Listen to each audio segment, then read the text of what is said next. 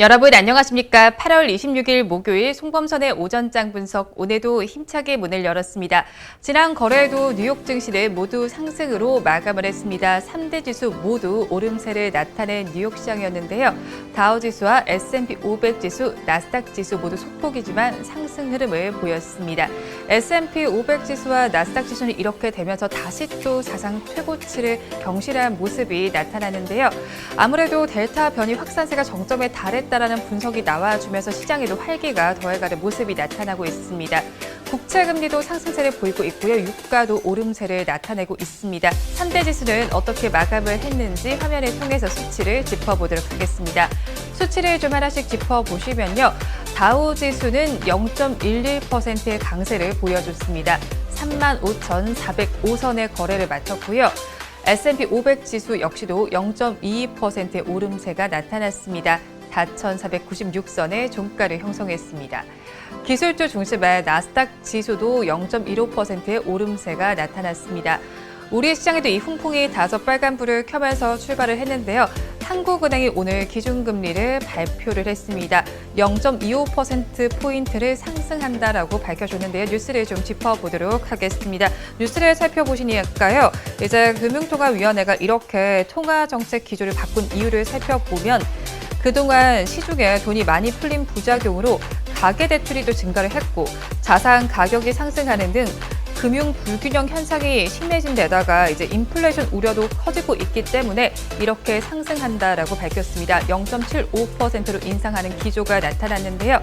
이렇게 되면서 이제 인상하는 이후에 어떻게 나타날지 저희 방송과 함께 또 계속 짚어보시면 좋을 것 같습니다. 이어서 코로나19 신규 확진자 수도 한번 살펴보시면요. 1,000명대로 집계가 또 됐습니다. 어제 기준으로 집계된 신규 확진자 수는 1,882명입니다. 오늘도 사회적 거리두기에 신경 쓰시고요. 개인별 방역 수칙도 준수하시면 좋을 것 같습니다. 이어서 우리 양대 시장은 어떤 양상을 펼치고 있는지 보도록 하겠습니다. 우리 양대 시장을 살펴보시면 코스피 시장의 장 초반부터 계속 오름세와 내림세가 나타나고 있습니다. 지금은 강보합권 정도에서 거래가 나타나고 있는데 소폭의 오름세가 나타납니다. 0.05%의 강세를 보여주고 있는데요. 3,148선을 지나주고 있습니다. 이어서 코스닥 시장도 살펴보시면 0.58%의 오름세가 나타나고 있습니다. 1,023선을 가리키고 있습니다. 이어서 선물지수도 보도록 하겠습니다. 선물지수에서는 약세 흐름이 관찰되고 있는데요. 소폭의 약세가 나타납니다. 413선에서 거래는 진행이 되고 있습니다. 이어서 양대시장에서 등락하는 종목수도 체크를 해보도록 하겠습니다. 양대시장에서 등락하는 종목수를 체크를 해보시면 우리 코스피 시장은 살펴보시면 지금 또 파란불로 전환이 된 가운데 523종목은 오르고 있지만 294종목은 내리고 있습니다. 이어서 코스닥 시장 살펴보시면 809종목은 상승을 하고 있지만 485종목은 하락을 하고 있습니다. 이어서 수급 상황도 체크를 해보도록 하겠습니다. 거래소와 코스닥 시장 하나씩 좀 살펴보시면 반대되는 수급 양상이 약간 펼쳐지고 있는데요. 수급 상황을 좀 짚어보도록 하겠습니다. 거래소를 먼저 보시면 외국인과 개인이 동반 매도에 나서주고 있습니다. 외국인 투자자는 439억 원, 또 개인 투자자는 125억 원을 덜어내고 있는데요. 기관 투자자가 그 물량을 받아냅니다. 572억 원 매수세를 보여주고 있습니다. 이어서 코스닥 시장도 보도록 하겠습니다. 코스닥 시장에서는 개인 투자자만이 홀로 사들이고 있고 나머지 두 수급 주체는 매도세를 보이고 있습니다. 외국인 투자자는 1,059억 원, 기관 투자자는 85억 원 매도세를 보이고 있는데요. 말씀해 드리는 중에 거래소에서도 개인이 지금 매수로 돌아선 모습이 관찰이 되고 있습니다. 이 와중에 양대 시장에서 외국인은 매도로 일관하는 모습이 보이고 있는데요. 이어서 시가총액 상위 종목들의 분위기도 보도록 하겠습니다. 코스피 시장을 먼저 보도록 하겠습니다. 시총 10개 종목 내에서는 파란불이 조금은 더 우세한 상황입니다. 반도체에 관련된 두 종목 지금 등락을 다르게 하고 있습니다. 대장주인 삼성전자는 어제까지 빨간불을 잘 켜줬는데 파란불로 전환이 된 모습입니다. 약보 합세를 보이면서 75,400원에 거래가 진행이 되고 있는데요. 반면에 같은 반도체 관련 종목인 SK하이닉스를 살펴보시면 1.45%의 강세가 보입니다. 10만 5천 원의 거래는 진행이 되고 있습니다. 그래서 나머지 종목들에는 파란불이 들어와 있는 가운데 현대차가 지금 잘 가고 있습니다. 0.95%의 강세를 보여주고 있고요. 21만 1,500원을 가리키고 있습니다. 카카오뱅크도 오랜만에 빨간불을 켜주고 있습니다. 2.44%의 강세가 관찰이 되는데요. 8만 4,100원에 거래는 진행이 되고 있습니다. 이어서 오늘 코스피 시장에서 한화투자증권을 좀 보도록 하겠습니다. 한화투자증권의 주가 흐름을 먼저 보도록 하겠습니다. 주가 흐름을 보시면 장 초반부터 변동성이 조금씩 나타나고 있습니다. 장 초반의 고가보다는 그래도 빠지면서 음봉을 형성은 하고는 있지만 상승률이 관찰이 되고 있습니다. 3.83%의 강세를 보여주고 있는데요. 4,880원에 거래는 진행이 되고 있습니다. 이슈를 짚어보시면 한화자산운용이 한화투자증권의 단독 경영권을 확보했다는 소식이 들어오면서 주가가 강세를 보여주고 있습니다. 이어서 두산인프라코어를 보도록 하겠습니다. 유상증자를 앞두고 있는데 이 와중에 증권사에서 목표 주가를 하향하는 리포트들이 나오고 있습니다. 그러면서 주가가 힘을 받지 못하고 있는 모습인데요. 지금 급락 양상이 펼쳐지고 있습니다. 12%가 넘게 빠지고 있는 모습이 관찰이 되는데요. 12,850원에 주가가 지금 거래가 되고 있습니다. 이어서 NC소프트를 보도록 하겠습니다. 오늘 신작을 출시를 했습니다. 이제 블레이드 앤 소울2 출시를 했는데 기대감이 더 커서였을까요? 실망 매물이 출회가 되면서 52주 최저가를 기록하는 상태가 나타나고 있습니다. 지금 11%가 넘게 빠지고 있는 상황인데요. 74만 3천원 내외에서 거래는 진행이 되고 있습니다. 이어서 코스닥 시장도 보도록 하겠습니다. 코스닥 시장은 그래도 분위기가 좀 좋은 모습이 나타납니다. 빨간불을 켜낸 종목이 많은데요. 앞서서 말씀드린 게임 관련주인 NC소프트와는 다르게 펄어비스는 지금 급등 양상을 펼치고 있습니다. 15%가 넘게 올라주고 있는데요. 8만 500원의 거래가 진행이 되고 있습니다. 역시나 신작과 관련된 이슈가 나와 있는데요. 신작 도깨비의 실제 게임 플레이 장면으로 구현한 게임 트레일러가 공개가 되면서 매수세가 몰리고 있습니다. 지금 주가가 굉장히 잘 가는 모습이 나타나고 있고요. 이어서 랩지노믹스를 좀 보도록 하겠습니다. 랩지노믹스 역시도 17%대 급등세를 보여주고 있습니다. 37,000원 내외에서 거래가 진행이 되고 있는 상황인데요. 랩지노믹스가 아랍에미리트와 코로나19 진단키트 공급을 위한 1차 공급 계약을 체결했다는 소식이 전해지고 있고요. 신약 개발 모멘텀도 더해지면서 주가가 급등세를 더해가고 있습니다. 이어서 BDI를 좀 보도록 하겠습니다. 어제도 짚어드렸었는데 어제도 상한가를 기록한 이후에 오늘까지도 2거래일 연속 상한가를 기록 중입니다. 가격 제한폭까지 지금 가득 올라가 있습니다. 양봉을 형성해주고 있고요. 주가는 어제보다 770원이 오른 3,350원을 가리키고 있습니다. 이슈를 한번 다시 또 짚어드리면 자회사인 앨리스 내 흡입식 폐암 치료제가 FDA에서 승인을 추진한다는 소식에 주가가 상한가를 기록 중인 겁니다. 이어서 DNA 링크를 보도록 하겠습니다. DNA 링크는 지금 분위기가 좋지 못합니다. 18%가 넘게 빠지고 있는데요. 불성실 공시법인 지정 예고를 받으면서 주가가 급락 양상을 펼치고 있습니다. 18.58%까지 빠지면서 4,405원에 거래가 되고 있습니다. 이어서 업종별로는 어떤 양상을 펼치고 있는지 우리 코스피 시장을 먼저 보도록 하겠습니다. 지수는 지금 파란불을 켜고 있는 상태인데요. 아무래도 금리와 관련된 이슈 때문에 은행 업종이 상승세가 나타나고 있습니다. 오늘 카카오뱅크가 상승세를 보여주고 있고요. 은행 업종 안에 구성된 제주은행과 기업은행 모두 빨간불을 켜주고 있습니다. 그 뒤를 이어서 보험과 섬유의복, 금융업, 운수창고 업종에서도 빨간불이 들어와 있습니다. 반면에 하락하고 있는 업종들도 보도록 하겠습니다. 비금속 광물에서 파란불이 들어와 있는데요. 1%대 하락률이 관찰이 되고 있는데 그 와중에서 포스코 케미칼이 많이 빠지고 있습니다. 3%가 넘는 하락률을 기록 중입니다. 그 뒤를 이어서 서비스업과 철강금속, 기계, 전기가스업에서도 파란불이 들어와 있습니다.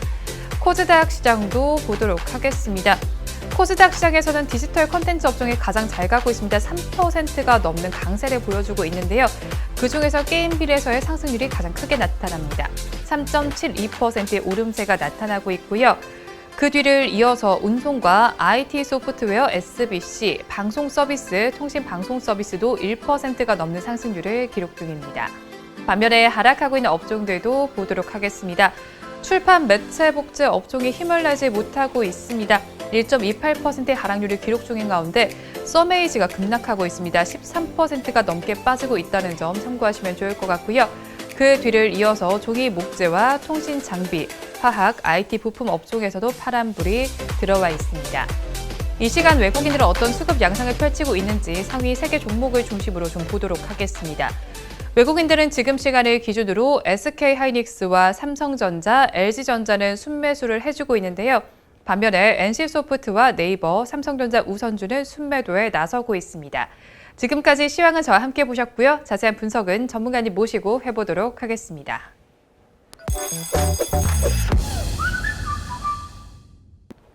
본 방송은 라이브 스트리밍을 통해서 진행되고 있습니다. 매주 월요일부터 금요일 오전 10시부터 함께 하실 수 있는데요. 유튜브에서 바른경제TV라고 검색하시면 시청하실 수 있습니다. 송범선의 오전장 분석 본격적으로 출발해 보도록 하겠습니다. 오늘도 저희 방송 보시면서 궁금하신 종목들은 댓글로 남겨주시고요. 댓글을 주실 때는 매수가와 비중까지 남겨주시면 저희가 조금 더 꼼꼼하게 분석해 드리도록 하겠습니다. 그러면 오늘도 오전장에 분석해 주실 송범선 수석 전문가님 모셔보도록 하겠습니다. 전문가님 안녕하세요. 안녕하세요. 네, 전문가님 저희 요즘에 라이브 나갈 때 네네. 광고 잘 보고 계세요? 앞에 네. 보니까 저거 뭐 해금하는 거 있더라고요. 네, 그렇죠. 이게 누군가가 해금을 하시는데 그 세종대왕님 앞에서 해금을 하시는데 바로 제 앞에 계신 분이 아닌가 네, 바로 싶습니다. 접니다. 주인공이 저예요. 네, 한다고 굉장히 민망하기도 했고 네. 빨리 켜고 나왔는데 네. 와서 또 화면에 보니까 굉장히 못하는 게 드러나서 저는 볼 때마다 부끄럽더라고요. 근데 저는 그게 재밌는 게 이게 되게 진지하게 하시잖아요. 진짜 진지하게 하시는데 하고 있어요. 네. 뒤에 세종대왕님이 이렇게 지그시 지켜보시는 게 네. 굉장히 또 뭐 오늘 뭐 풀 버전도 올라온다고. 네, 맞아요. 지금 네. 짧게 된 버전이 올라가 있거든요. 저희 1분 경제 채널에 올라가 있는데 오늘은 또 풀 버전이 3시에 공개가 된다고 하니까 여러분들께서 많은 관심 가져주셨으면 좋겠습니다. 굉장히 재밌게 봤습니다. 네. 정말요? 네. 그럼 풀 버전도 보시고 한번 후기 좀 알려주세요. 감동보다 재밌게 본 것 같아요. 감동보다 재밌게? 네. 다음엔 제가 조금 더 잘 켜서 감동도 드릴 수 있는 영상을 만들어 보도록 네. 하겠습니다. 이런 와중에 한국전력 이야기를 좀 저희가 해보면 좋을 것 같아요. 네. 이렇게 한국전력이 최근 2분기 영업이익이 부진했던 상황이 나타났는데 어떤 상황인지 좀 짚어주시면 좋을 것 같거든요. 네, 2분기 영업이익이 적자가 됐습니다. 네. 적자가 돼가지고 상당히 부진했습니다. 부진했는데 가장 큰 이유가 있어요. 가장 큰 이유, 뭐 적자도 괜찮다라고 저는 말씀드릴 수 있는데 전기요금을 안 올려서 그렇습니다. 적자라도 괜찮다. 네. 전기요금을 안 올렸기 때문에. 네. 근데 이거 나중에 올릴 수밖에 없거든요. 근데 원래는 이제 2분기 때 올렸어야 됐어요. 네. 올려야 되는데 이게 그러니까 원래는 올려야 된다고 한 게 뭐냐면요. 정부 한 해 처음에 이제 시작하면 2021년 초반에 시작하면 스케줄을 짜잖아요. 짜죠, 네. 뭐 1년 동안 뭐 회사도 그렇고 다 마찬가지일 거예요. 여러분도 1년 동안 뭐 다이어트를 하겠어 뭐 이런 거 하잖아요. 올해는 뭐 대박을 내겠어, 주식 대박을 내겠어 뭐 이런 목표를 세우는데 정부 청사진 스케줄 보면요. 2분기 때 전기 요금 올리는 게 목표였거든요. 그게 원래 다 짜져 있는데 네. 그걸 이번에 안 올렸어요. 이번 이상하게 안 올려가지고 그 왜 그러면 이제 최근에 이제 또 코로나 때문에 자영업자들 많이 힘들고 그렇죠. 또 경제 상황이나 여러 가지가 좀 힘들다 보니까 우리 시민들, 국민들이 많이 힘들다, 경제적으로 힘들다, 뭐 해고당하는 사람도 있고, 뭐 직장에서 뭐 이렇게 그만두시는 분도 있고 해가지고 그래서 안 올린 겁니다. 그래서 이게 왜냐하면 에어컨도 좀 세고 이렇게 여름에 해야 되는데 올해 여름에 굉장히 덥지 않았습니까? 더운데 에어컨 해야 되는데 코로나로 가뜩이나 힘든데 또 여기서 전기료까지 올려버리면은 더 힘들다 해가지고 정부가 그래서 안 올린 거예요. 근데 이거 언젠가 올릴 수밖에 없습니다. 이거 왜냐하면요 지금 적자가 됐어요. 적자가 되는데 이렇게 되면 계속 가다 보면 한국전력 망할 수도 있죠. 근데 망할 수가 없죠. 이론상으로 망할 수 있지만 망해서는 안 되는 기업이 한국전력입니다. 그렇죠. 그러면 여기 여러분이 지금 한국전력 망하면은 이거 지금 깜깜하게 나올 거예요. 전기가 다 끊겨가지고 화면이 깜깜하게 나올 거예요. 깜깜하고 목소리도 제대로 네, 나가지 목소리도 안 않겠죠. 나와요. 예. 그러니까 이거 말이 안 되는 거고 정부가 무조건 심폐소생술을 해서라도 살려야 돼요. 심폐소생술. 그러면은 심폐소생술을 해서 다 죽어가는 회사도 살려내야 될 의무가 있는 게 또 한국전력이고 또 정부의 관계입니다. 공기업이기 때문에. 그렇기 때문에 이거 뭐 적자라도 괜찮아요. 적자라도 괜찮고 언젠가는 뭐 근데 두 가지가 있을 것 같아요. 정부 세금을 많이 걷어서 할 수 있습니다. 네. 그러니까 전기료를 전기 요금을 올려서 하는 정책, 네. 적자를 흑자로 만드는 정책이 있고, 두 번째는 세금을 더 걷어서 국민들한테, 그러니까 이게 되게 야비하게 할 수 있는데, 전기세는 별로 안 걷어요. 전기세는 안 걷는다고 하고 눈속임을 해가지고 다른 쪽으로 세금을 더 걷어가지고 여기 충당하게 되는, 정부에서 뒤에서 이런 식의 정책도 가능할 수 있거든요. 자, 그렇기 때문에 결국은, 왜냐하면 한국전력의 직원들이 이 월급 받아야 되잖아요. 그렇죠. 월급 안 받고 다 파산하면, 아예 다 파업하면 어떡하겠습니까? 다 파업하면은 전기 기술자들, 또 관리하는 사람들 다 파업하면 전기가 안 되잖아요. 우리 전국적으로. 그렇기 때문에 월급을 줘야 되는데 이렇게 적자가 계속 가다 보면요, 월급을 못 주는 상황도 생기겠죠. 자, 그러면 정부가 어쩔 수 없이 정부가 지원해 줄 수밖에 없습니다. 자, 그래서 저는 2분기 실적이 부진했지만 결국은 정부가 책임질 것이다 라는 믿음 하에 괜찮고, 사실 지금 여러 증권사에서도 예상치가 나오는데, 적자 폭이 예상 컨센서스보다 양호했다 라는 말들이 나옵니다. 자, 그래서 키움증권 같은 경우도 지금 목표 주가를 괜찮게 유지를 했어요. 26,000원을 유지를 했습니다. 자, 근데 지금 한국전력 주가가 23,950원이거든요. 그러니까 지금 주가보다는 좀 더 좋아지는 그런 상황으로 나타나고 있고, 이 컨센서스보다 적자 폭이 작았기 때문에 이런 2분기도 괜찮고, 여러 가지 봤을 때 저는 괜찮은 것 같아요. 그래서 석탄과 원자력 이런 것들 전년 동기 대비 12% 감소해서 이렇게 나타났습니다. 근데 전반적으로는 크게 문제가 없다, 이렇게 저는 보고 있습니다. 크게 문제가 없다라고 말씀해 주셨는데, 그럼 앞으로의 실적은 어떨지도 좀 궁금하거든요. 어떻게 보고 계세요? 그러니까 장기적으로 봤을 때, 네. 장기적으로 봤을 때는 실적이 개선될 수밖에 없습니다. 실적이 예전에도 그랬어요. 예전에 제가 한국전력 되게 오랫동안 지켜봤는데 10년 전에도 적자였어요. 그 10년 전에도 몇 년 연속 적자다 했는데 결국은 흑자로 돌아서요. 결국은 이거는 어쩔 수 없어요. 이 회사가 존립하기 위해서는 계속 그 밑빠진 독에 물 붓기로 해서는 회사 경영 자체가 안 되기 때문에, 그렇게 되면 차라리 민간 기업으로 사유화해버리는 게 낫죠. 그렇게 돼버려. 굳이 맨날 적자 나면서 이렇게 할 필요가 없잖아요, 공기업을. 그렇기 때문에 그럴 거면은 아예 그냥 민간 기업으로 해버리거나 그러면 되는데, 만약에 민간 기업을 해버린다 그러면은 한국전력이 급등합니다. 진짜요. 만약에 사유화 공식 발표하잖아요.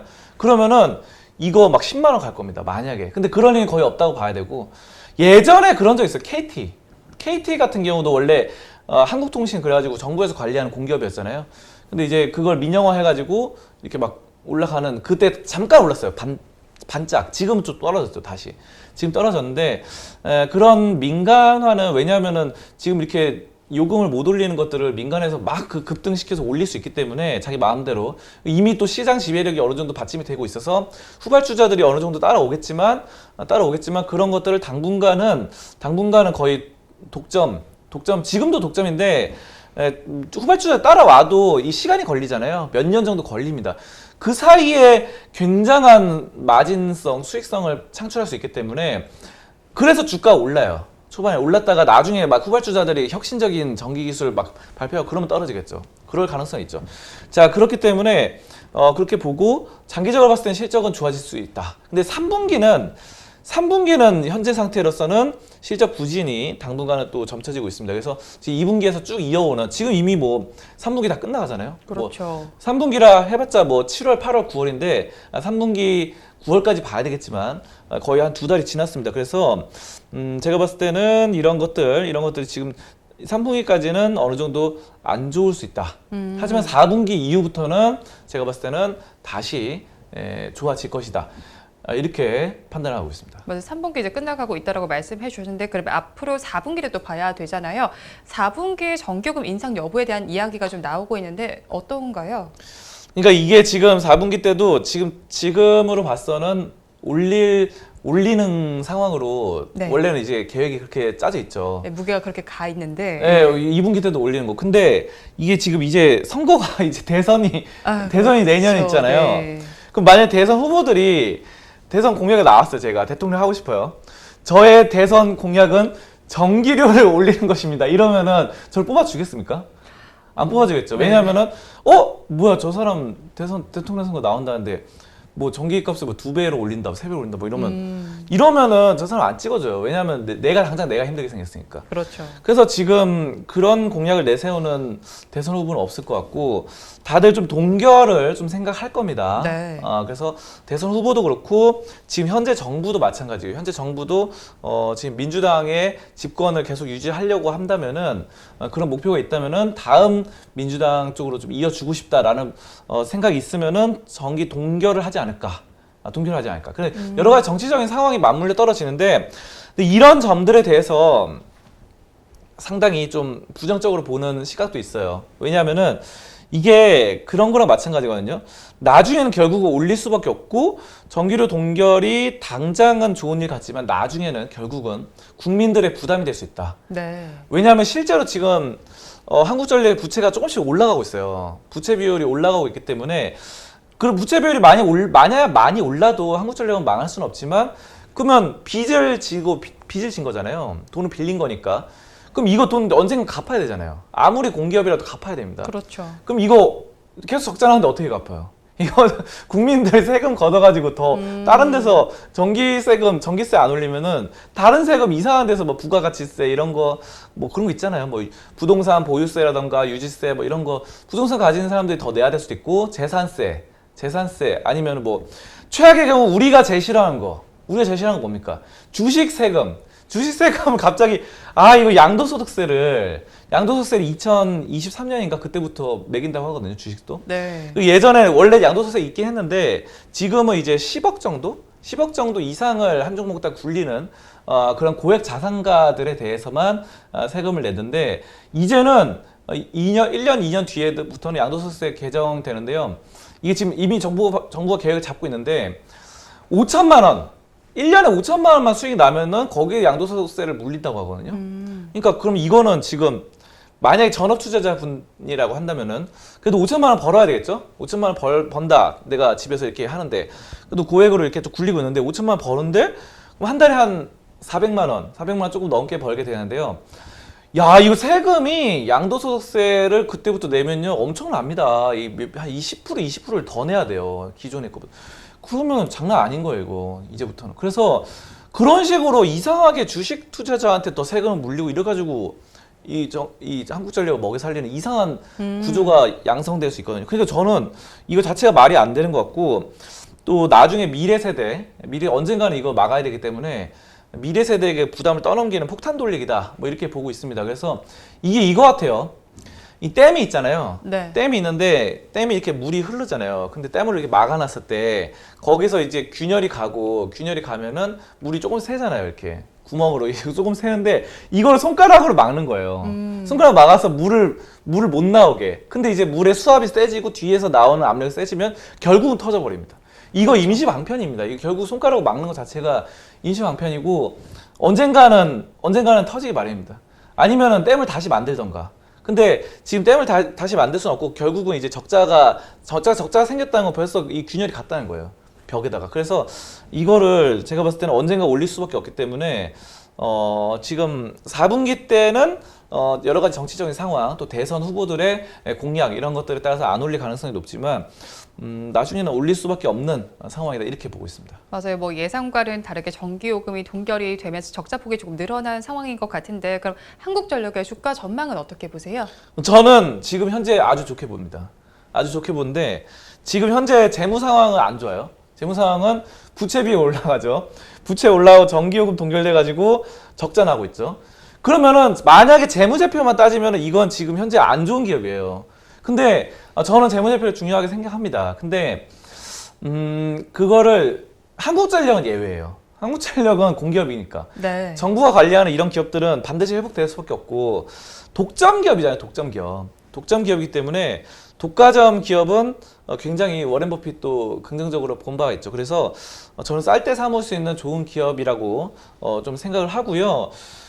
한국전력은 최근에 배당도 막 실시하는 등 좋은 모습들을 보였는데 적자가 이렇게 지속되면 배당도 못 받을 수 있겠죠. 근데 배당도 안 줄 가능성이 있고 적자에다가 부채도 올라가는데 그 뭘 믿고 사야 되냐 이렇게 말씀하실 수 있는데 예전에 그 일본에 되게 유망한 펀드가 있었어요. 네. 사와카미 펀드라고 있었습니다. 사카카미 펀드는 이 펀드가 수익을 진짜 잘 냈어요. 한 몇십 년 동안. 근데 여기에 특징은 뭐냐면요. 재무제표가 안 좋을 때 일부러 들어간 거예요. 근데 재무제표가 안 좋을 때 들어가는데 그렇다고 재무제표 무조건 안 좋은 거 들어가면 그 회사 없어질 수도 있겠죠. 상장 그렇죠. 폐지되고 네. 회사가 파산해서 없어질 수 있는데 꼭 살아남을 수 있는 기업들. 재무제표가 안 좋지만 꼭 살아남을 수 있는 국가 기관 산업들. 예를 들어서 뭐 철강 이런 거 있잖아요. 조선, 뭐 중후장대형 산업 이런데 뭐 현대중공업 이런 거는 거의 안 망해요. 예전에 대우조선해양도 계속 적자 나는데 이거 대한민국 정부가 수혜하고 있어가지고 그때 뭡니까 적자하고 회계, 부정회계까지 했는데 결국은 지금 흑자로 돌아섰어요. 그러니까 정부가 관리하고 이렇게 한 거는 부정한 사건을 저질러서 막 횡령 배임 막 이런 거 하고 막 회계 조작해도 살려냅니다. 이상하게 진짜 막장으로 가도 살려내. 그때 대우조선해양 진짜 막장이었거든요. 뭐 횡령하고 막 회계 조작하고 막 이랬는데도 결국 지금 플러스로 돌아서서 지금 주가 막 올라가고 조선업 지금 호황이잖아요. 그러니까 이런 거만 투자했던 게 사와카미 펀드예요. 근데 사와카미 펀드 수익률이 엄청 좋았습니다. 네. 지금 한국전력처럼 이런 기업에 투자하는 거예요. 그러니까 적자가 났을 때 투자해서 흑자가 났을 때 판다. 약간 이런 전략인데 투자 전략인데 요거는 아무 종목이나 하면 안 돼요. 무조건 10년 뒤에 살아남을 수 있는 기업에다가 그렇게 할 수 있는 투자 전략입니다. 그러니까 10년 뒤에도 무조건 이 기업은 살아남는다. 확신이 서면요. 지금 적자일 때 과감하게 들어갈 수 있는 거예요. 그래서 저는 그 대표적인 종목이 한국전력, 그리고 또 뭐 한국가스공사 뭐 이런 거 있잖아요. 뭐 얼마 전에도 우리 살펴보자 기업은행도 네. 기업은행도 대한민국 정부가 소유하고 있죠. 이 중소기업 살리자고 하는 거니까 이런 회사 또 아니면 강원랜드 뭐 저기 카지노인데 그 독점이잖아요. 네. 우리나라 내국인 카지노 독점이니까 이런 것처럼 한국전력은 좋아질 수밖에 없으니까 저는 장기적으로 봤을 때 지금 좀 쌀 때 사모을 수 있는 좋은 기회다 이렇게 보고 있습니다. 네, 한국전력 지금은 적자를 기록을 하고는 있지만 앞으로 장기적으로 봤을 때는 좋을 것이다라고 전망해 주셨으니까요. 한번 관심 가져보셔도 좋을 것 같습니다. 이어서 다음 주제는 화면으로 보겠습니다. 이번 주제를 보도록 하겠습니다. 어제 전문가님께서 송범선의 시선 시간에도 짚어주셨는데요. 이 주제로 한 번 더 깊게 짚어보고 싶어서 가지고 왔습니다. 삼성이 통큰 투자 계획을 발표했죠. 네, 맞습니다. 3년간 240조 네. 투자를 합니다. 자, 그래서 지난 3개년 계획 대비 50조 원이나 늘어났습니다. 그러니까 원래 이제 이재용 부회장이 이제 감옥에서 출소하기 전에는 한 190조 정도로 예산을 잡아놨어요. 그런데 이제 50조가 늘어난 240조이기 때문에 굉장히 통큰 전략이다. 저는 또 놀라운 게 뭐냐면요.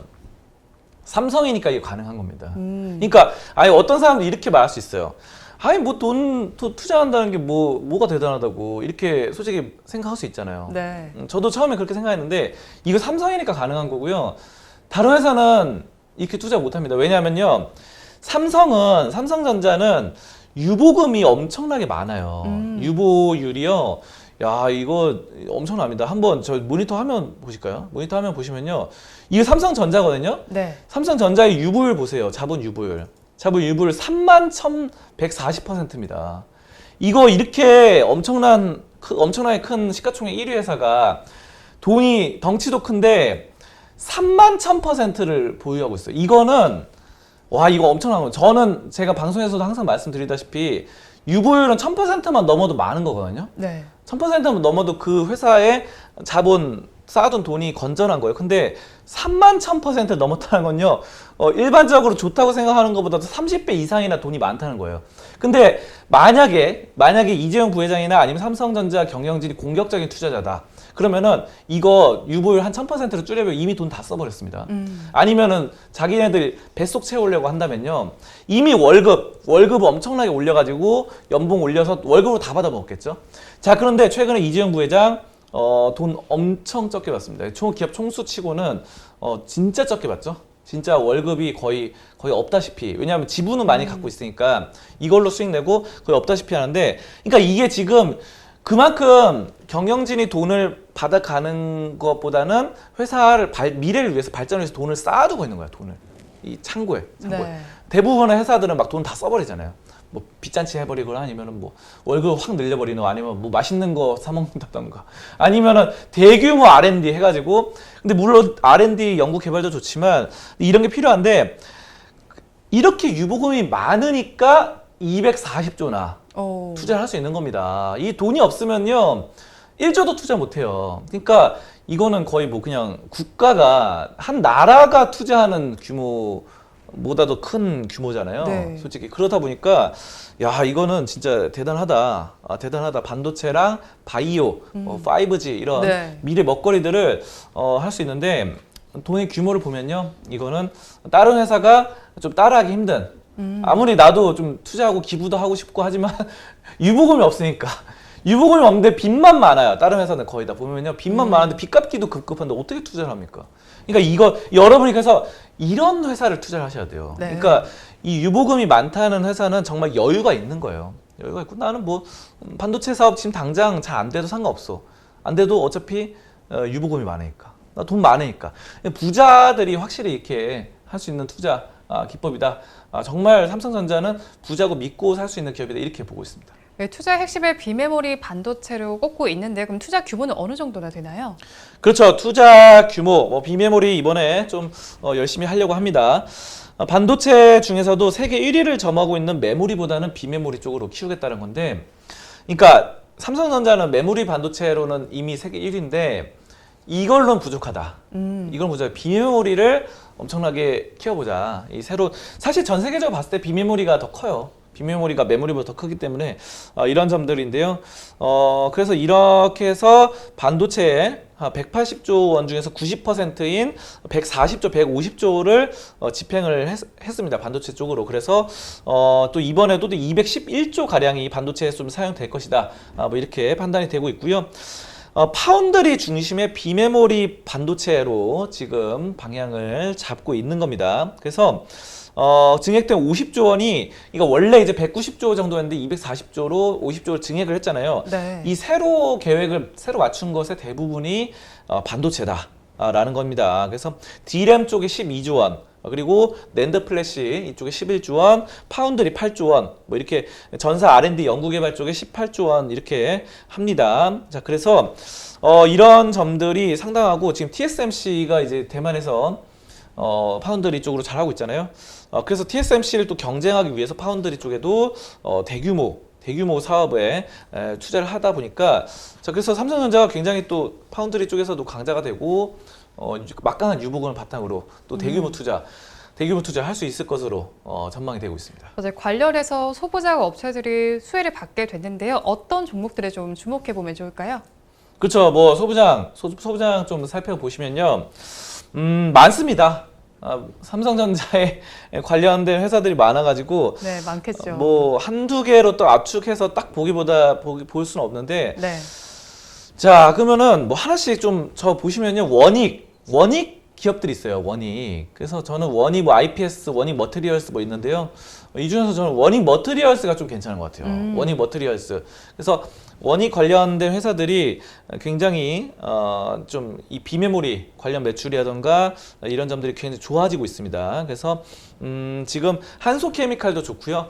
한소케미칼과 원익 IPS가 이제 비메모리 관련 매출이 2019년 400억에서 2022년 1000억에서 2000억 원 수준으로 한 2배, 3배 늘어날 것이다 라고 합니다. 그래서 이쪽 상당히 좋고 그 밖에 이제 삼성전자 매출 비중이 높은 것이 이제 하나 머티리얼스, 유니셈, 테스나 그리고 네페스 등등이 있습니다.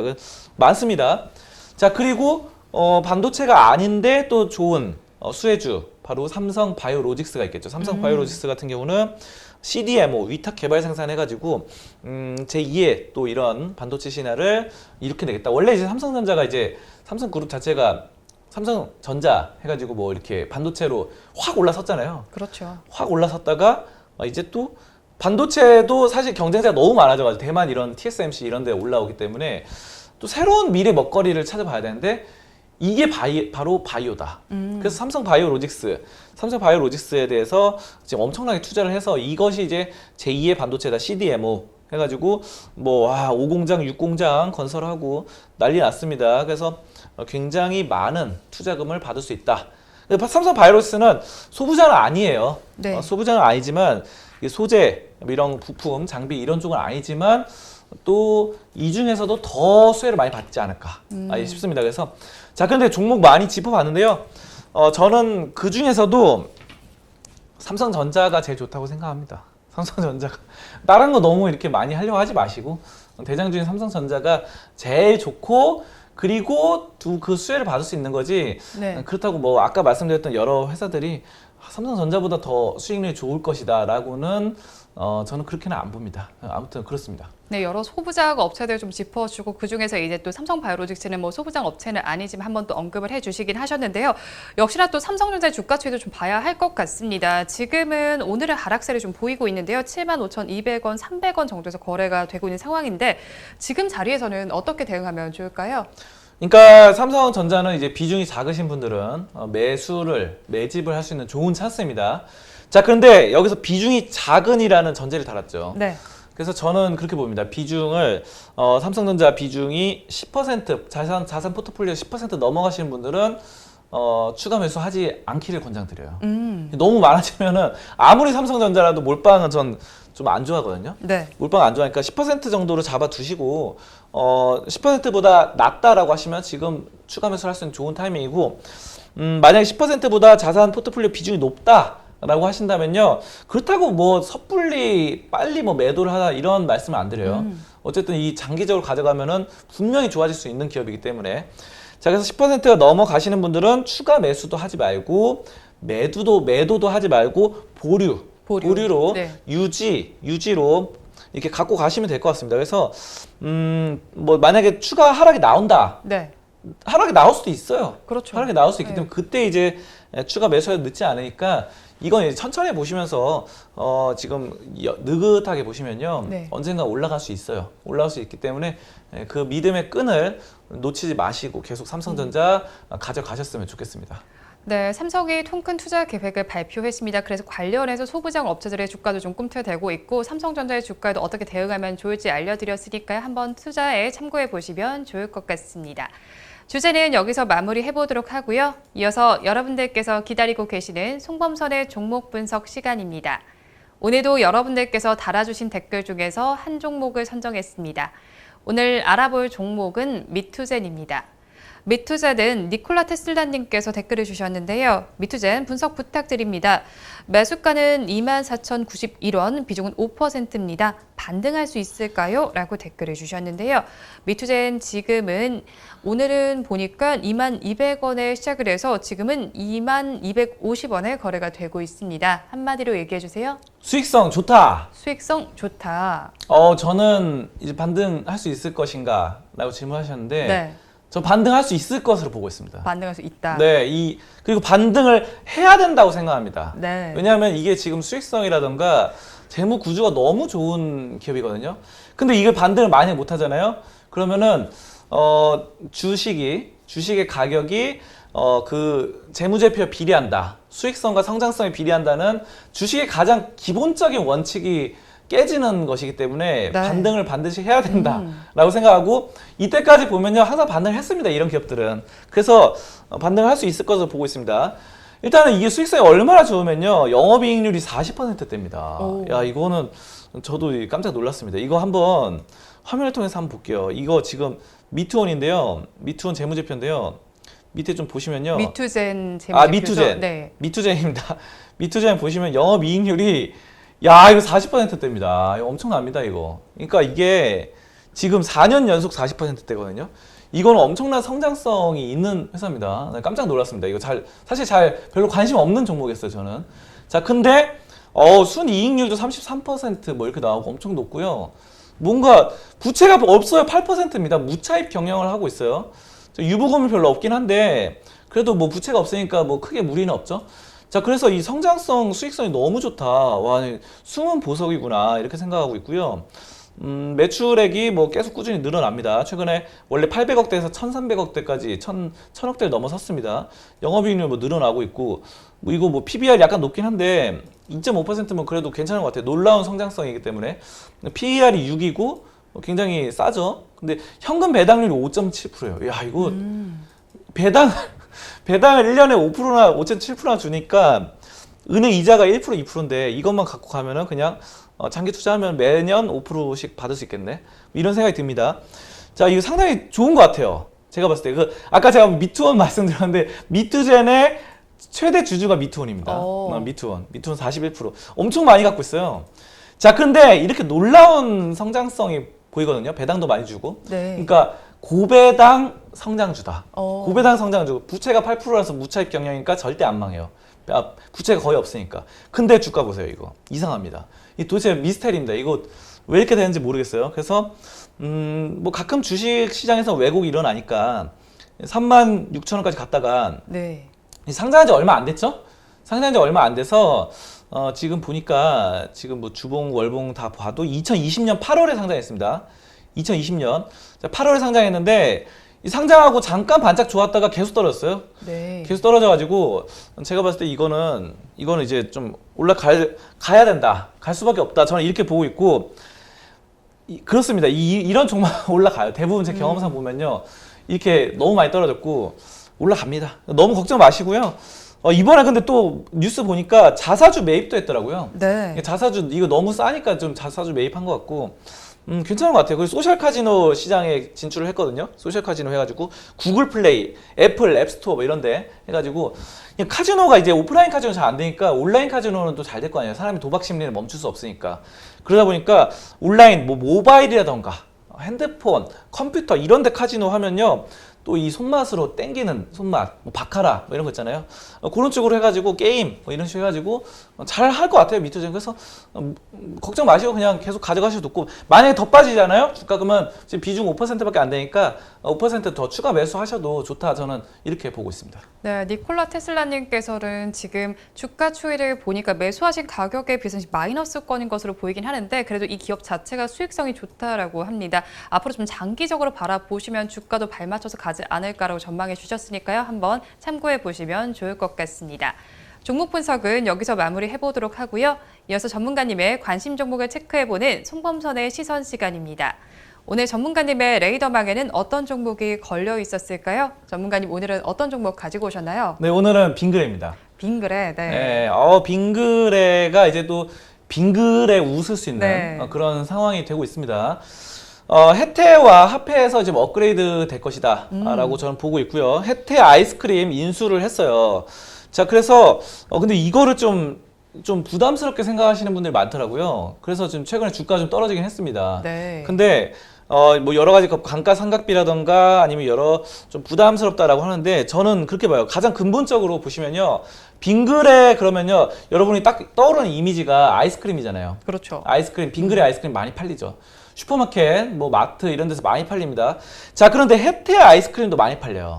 그러면 이 아이스크림에 혜태 아이스크림이 인수를 했기 때문에 이 아이스크림에서 엄청난 업그레이드가 될 수 있다. 새로운, 그러니까 거의 뭐 아이스크림의 독과점처럼 돼버리는 경쟁자를 내가 인수한 거잖아요. 경쟁자. 그래가지고 저는 이게 당분간은 좀 부담스러울 수 있어요. 당분간은. 그러니까 이게 왜냐면 뭐 인수하려고 하면 돈도 투자 비용도 들고 뭐 돈도 많이 들잖아요. 뭐 그래서 돈 빠지니까 좀 싫어하는 사람 많은데 제가 봤을 때는 장기적으로 보면 이거 올라갈 가능성이 굉장히 높다라고 보고 있습니다. 삼성전자도 240조 투자하잖아요. 그런 거랑 마찬가지예요. 삼성전자도 반도체 투자하는 것처럼 혜태도 빙그레도 혜태에 투자한 겁니다. 빙그레도 혜태에 대규모 금액을 투자한 거예요. 삼성전자가 240조 투자한 것처럼. 그렇게 보시면 돼요. 그렇게 투자해서 내 인수를 했다. 아이스크림 사업을 확장시키기 위해서. 좋은 겁니다. 좋은 거고 최근에 뭐 매출액이 올랐습니다. 2분기. 전년 동기 대비 21% 증가했거든요. 그래서 매출이 오른 건 상당히 좋게 보고 영업이익과 당기순이익이 좀 줄긴 했지만 비용 처리가 많이 돼가다 보니까 이번에 혜태 인수하면서 많이 되다 보니까 혜태 아이스크림 뭐 그럴 수 있어요. 비용 처리 많이 하다 보면 뭐 접대도 할 수 있고 접대 비용 이런 것도 들 수 있고 여러 가지 뭐 판관비 많이 들 수 있어요. 영업 비용, 마케팅 비용 이런 거. 근데 이런 거 매출이 전체적으로 21% 올랐으니까 점점 회복될 거거든요. 예전에 아마존도 적자 기업에다가 매출 계속 올라가다 흑자로 돌아선 것처럼. 자, 그런 것처럼 봤을 때는요. 혜태를 인수한 혜태 아이스크림을 인수한 빙그레 상당히 한 주가만 보고 마치도록 할게요. 네. 이거 빙그레 보시면요. 이거 지금 계속 떨어졌거든요. 근데 저는 좋다고 봅니다. 이번 여름에도 빙그레 아이스크림 굉장히 또 많이 팔렸고 분명히 반등이 가능할 것이다. 저는 이렇게 판단하고요. 빙그레 그러면요. 걱정 말고 가져갈 수 있는 기업입니다. 재무 구조도 굉장히 안정적이고 잘 판매하는 꾸준한 회사다. 이렇게 보시면서 빙그레 긍정적으로 판단하고 있습니다. 네, 오늘 송범선의 시선 시간에는 빙그레를 살펴봤습니다. 혜태와 합해서 더욱더 빙그레 웃을 수 있는 기업이다라고 설명해 주셨으니까요. 한번 참고해 보시면 좋을 것 같습니다. 오늘 말씀은 여기까지 듣도록 하겠습니다. 고맙습니다. 감사합니다. 오늘도 저희 방송 보시면서 궁금하신 종목들은 댓글로 남겨주시고요. 댓글을 주실 때는 매수가와 비중까지 남겨주시면 저희가 조금 더 꼼꼼하게 분석해 드리도록 하겠습니다.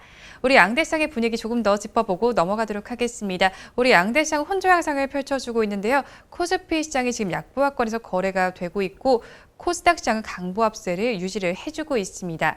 그리고 오전 10시 30분에 개장한 중국 시장의 분위기도 살펴보시면 약보합권에서 출발한 이후에 여전히 약보합세를 보이고 있습니다. 0.3%가 빠지면서 3,529선을 지나고 있습니다. 오후 시간대는 코스피 시장도 조금 더 힘을 내주길 바라면서 방송 마무리해보도록 하겠습니다. 저는 오후에 응답하라 마감 시황에서 다시 찾아뵙도록 하겠습니다. 오늘도 함께해 주신 여러분 고맙습니다.